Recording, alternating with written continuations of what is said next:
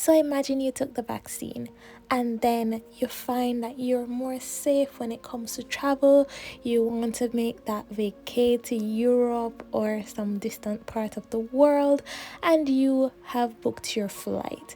I mean, you in your heart of hearts feel like you are 100% protected, and then you hear this guy who comes on the Jamaican news to tell us he is fully vaccinated, and the UK was giving him flack about how he can't enter into the country because he is one of several Jamaicans who have been vaccinated, and Jamaica as it stands is not recognized as a vaccination country by the UK government. Now, it's kind of ironic. I honestly don't know what happens now, but I'm gonna do some research and give you guys an update as it relates to that.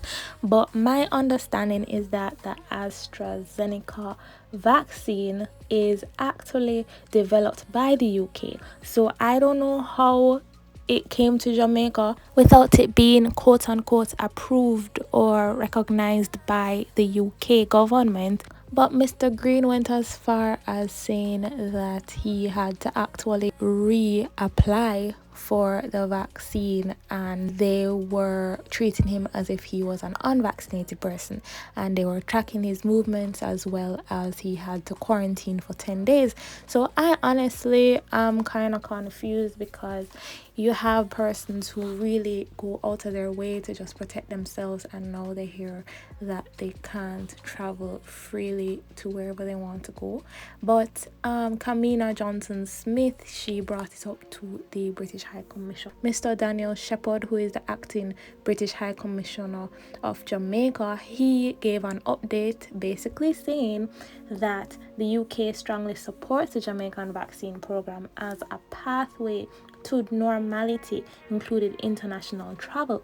So in my estimation, I really think that it is contradictory, because they are saying one thing and then something else is happening. Hey, we do support it, but in all actuality, when you go to the UK, there are Jamaicans who are rejected by the UK airport as being unvaccinated because they're not recognized. Their vaccine cards are not recognized from Jamaica. So I'm just saying, the British High Commissioner to Jamaica also said that he sought to give an update, which is that 17 more countries and territories being added to the list come October 4th, and it's not that the AstraZeneca is being rejected.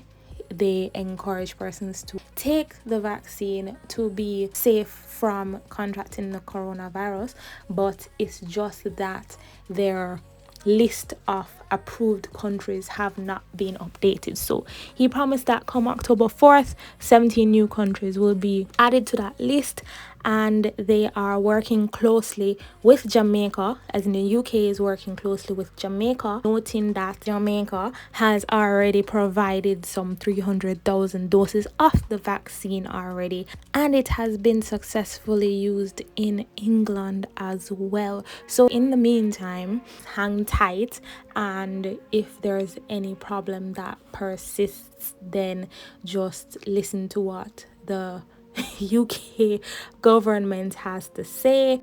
Jamaican's Minister of Affairs and Foreign Trade, Kamina Johnson-Smith, also indicated that she brought it to the attention of CARICOM last week, and she'll also raise it at a bilateral meeting in the margins of the United Nations. So guys, what you think about this? Imagine you take the vaccine and you actually can't even go to the UK when their country is really mandating the vaccine, and then you finally say, let's get the vaccine, and you find out this, and your country is not on the approved list.